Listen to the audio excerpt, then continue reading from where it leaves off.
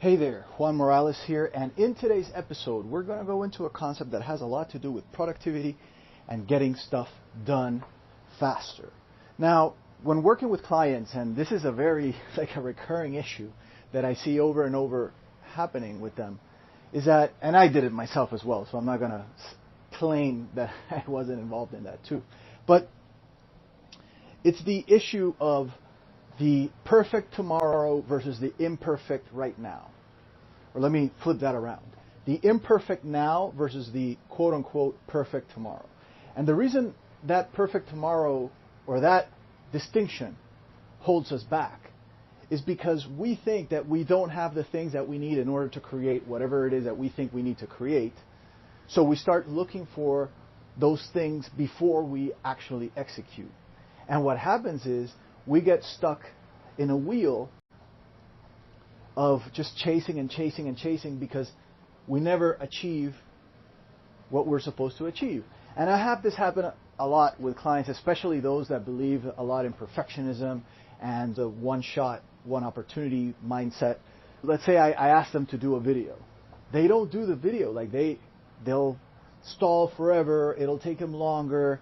They'll put all kinds of issues before doing it. And then they fall into the trap of, for example, buying video equipment and a better thing and a teleprompter and a camera that's better and the lighting stuff and all that, right? But through all the time that's happening, which, by the way, I know this firsthand because I did it. I have the cameras, the lighting, the background stuff, like all that. And I bought all that thinking that by doing that, I was getting closer to the goal, but in reality, I was staying in the same location. Do you see?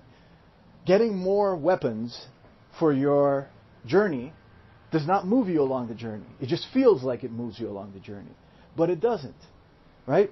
So one of my philosophies, one of my core philosophies that I talk to all my students about, and when they listen to this, I'm sure they're going to feel me in the back of their head saying this all the time, but it's the idea of version 1 makes money too. Version 1 makes money too. And what does this mean? This means that if you look at the first version of all the things that we see now, right? Google, Facebook, whatever .com you can imagine, whatever project, product, guru, whatever you're looking at, the first iteration of that did not look like what they see now. It did not look like that at all. But they started. And they got some sales, right? They got some results, whether it was viewership, whether it was sales, whether it was generating leads, whether it was just getting the attention. But it only happens with the action. It doesn't happen with the preparedness. It doesn't happen with having more potential. It happens when that potential gets actuated upon. And then things start to happen. And the reason I bring this up is because going back to our original concept of the imperfect now versus the perfect tomorrow, you have to understand that there will never be a perfect tomorrow. In fact, there will never be a perfect time. Because when you're in that spot and the mind is scared of the unknown, it'll start making its case for not doing the stuff that you need to do. And it'll start telling you that you're not prepared with this, you're not ready for that, you don't have this, you don't have that, and it's all a response to the fear of the unknown. However, and this is the cool part of this formula, it's that once you understand that what's happening is that it's a fear reaction that's stopping you from doing it, that's when you understand that the first thing you need to do is just make it in such a fast-paced mode, or do it kind of without thinking. And it doesn't make sense when I say it like this, but it's like do it without overthinking yourself. You want to just do it. Just get to it.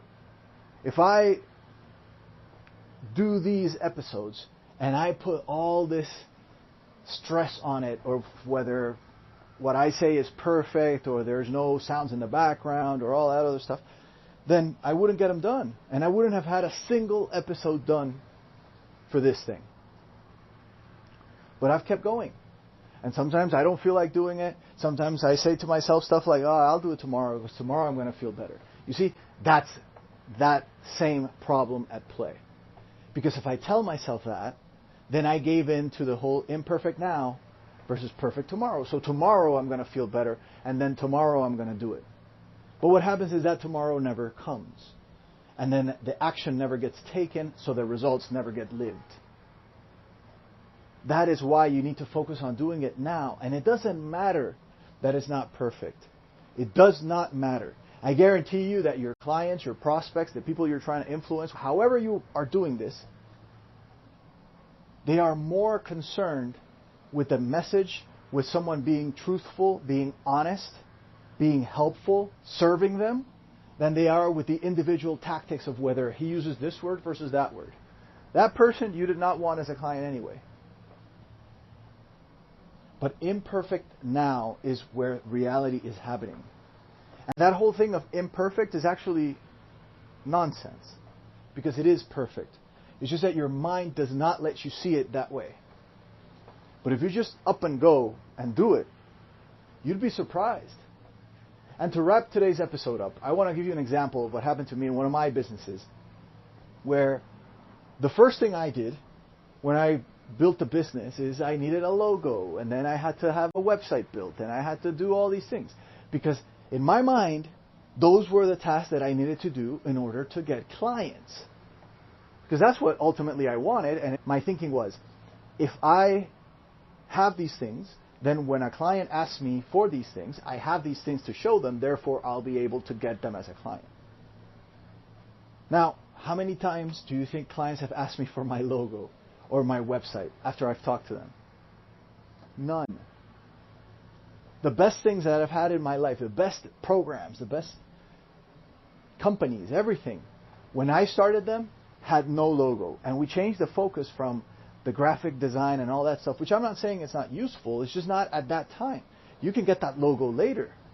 If you look back in time and you look at these big corporations like Microsoft and whatever, look at their first logos. Apple's first logo looked like a tonic, right? Like one of those old school tonics for, pain relief or whatever. And that was their first logo, but that doesn't mean that it stayed that way.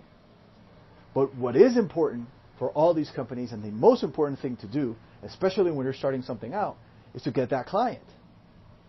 But if you get the client with the idea of the imperfect today versus perfect tomorrow, imperfect now, means let's go out and get the clients. And as they give us their rebuttals and they say, oh, you don't have a website, or I don't see your logo here, which I guarantee you you're not going to see that.